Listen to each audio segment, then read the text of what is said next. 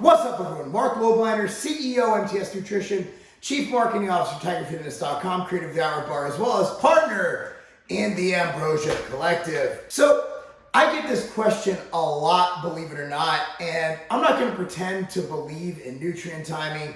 At least that it's a big deal. I'm not going to pretend to think that you need to take slow digesting protein. However, one of the main questions I get is what are the best meals to eat before going to bed? Now, back in the early 2000s, late 90s, we had, I believe it was, the people made Detour Bar. They had a slow digesting nighttime protein. There's also a nighttime protein by a company called Basic Research that came out. And they spewed all this nonsense about dispersed release, blah, blah, blah. Let me be honest with you. Unless it is the only thing you're eating for hours before and hours after in a fasted state, the kind of protein you have or the digestive rate of that protein is decently irrelevant. What you want to do is make sure you get the highest quality protein in adequate amounts, which is going to be about a gram of protein per pound of body weight per day. Now, you can eat all of that in one meal, or you can eat all of that in 8 meals. It doesn't really matter. I will argue for optimal. I would like to see protein feeding spaced about 3 to 4 hours apart, but most of us aren't optimal. Most of us are just trying to hit the basics, and the difference will be so minuscule. At the end of the day, if you need to get 200 grams of protein because you weigh 200 pounds, it doesn't matter when you get it, just get it in. Don't worry about the semantics. Let's just not see, the forest through the trees. Let's try and keep that in mind. So things I look for in meals before bed is I want to have adequate fat. I want to have adequate protein. Those are the 2 essential nutrients. But if needed, I also want to have carbohydrate. Now, if I'm going to eat something that satiates me throughout the night, generally speaking, I want a slower digesting, more fibrous carbohydrate, such as oatmeal, such as vegetables. I wouldn't want to see you cram something that just completely goes right through you and doesn't satiate you because you have 8 hours at least till your next meal, assuming you're getting enough sleep. I've broken this down into groups. Number 1 is just a regular diet, all right? You're on a mixed diet. You can eat protein, you can eat carbs, you can eat fat. Another one would be a ketogenic or a carnivore diet. Another one would be a vegan diet. And then I just got out an easy one, and it's usually what I like to bookend the days with a lot of my clients, my training clients. As you can find at marclobliner.com, I do offer personal coaching services, and a lot of my clients really like breakfast. So I actually incorporate that. And of course, I don't have set meal plans. My meal plans are just a recommendation or a suggestion.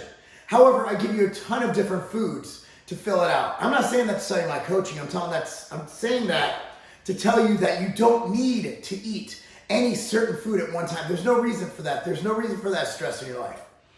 So I'm going to give you the top 4 bedtime meals based on my brain, not based on science, based on my interpretation and what I enjoy to eat. Number 1 would be my bedtime meal every single night, whether I'm traveling, whether I'm at home, doesn't matter where I'm at, I make this happen.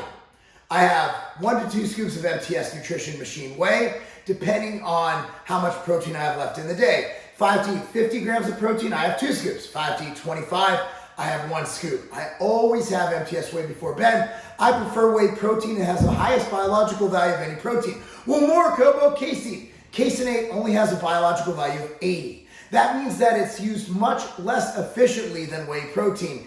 And the digestibility or the time it takes to digest is irrelevant if you mix it with other nutrients, which we're gonna do here. I can easily make a caseinate. I'm not a fan. I don't see a reason for anyone to drink caseinate. So what I wanna do is I want you to mix it with a good carbohydrate. There's a good slow digesting carbohydrate known as fruit. Fruit has fructose in it, which is slower digesting. Also, the thing about fruit, it doesn't have the insulin spike that you have with a lot of other carbohydrate. And also, fruit is just healthy. In this day and age, all these viruses and all this weird stuff floating around, I want to see you get those antioxidants. And another thing would be fat. So the perfect bedtime meal will be an MTS Nutrition sludge. I will post the link for how to make sludge down below, or you can blend it in a shake. I like eating it, all right? Mix MTS Whey either a frozen banana or frozen blueberries in your sludge, and then throw a tablespoon or whatever you're required to hit your daily macros of fat in there. That'd be peanut butter, almond butter, outright, make some peanut butter, outright foods. That'd be a great option. Number 2, if you are a carnivore or a keto dieter, let's keep it simple. Steak and veggies. Steak, you get any kind of, you get a lean steak that's gonna be mostly protein, very little fat, like flank or round, or you get a very fatty steak like ribeye. If you're a carnivore, eat that, call it a day. Maybe throw some butter on top. If you are ketogenic, I suggest throwing in some broccoli or something with it. There you go. A good meal option. The third would be for vegans. Planta, fruit, and fat. Same as your first option, except you replace the MTS whey with Planta. Planta is delicious. My favorite to make sludge with will be either the banana maple French toast or the peanut butter jelly. Fantastic options. Again, you can modify this to fit your needs. And if you're out of fat for the day, just leave fat off. MTS whey and Planta are super low in fat. The fourth one, which is going to be one that I bookend my days with, a lot of my clients really enjoy this. Whole eggs and oats or Ezekiel bread, whatever. Nothing I like more than starting my day with eggs and toast. If your macronutrients allow it, nothing is better than ending your day with eggs and toast. It just tastes so good. However you make your eggs, I'm just a big fan. Also with eggs, you got pretty much the perfect protein, a biological value of 100, super high in nutrients, super nutrient dense. The fats are healthy, especially if you get the farm raised, whatever, those pastured eggs where the chickens are out eating worms and scrounging insects and doing what chickens do. Costs a little extra, but there's a lot of options, even at Target and Kroger now. Used to have to go to the farm, not anymore, not anymore. So you can combine that with your favorite carb source. That gives you protein and fat, oats, Ezekiel bread, Dave's Killer Bread, one of my favorites. There you go.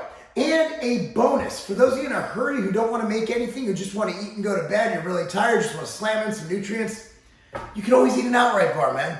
Like outright bar is perfect because it's slow digesting, honey is the carbohydrate, which is a superfood, has oats in a lot of the varieties, whey protein, and it also has fats because it's based on peanut butter, almond butter, or sunflower seed butter.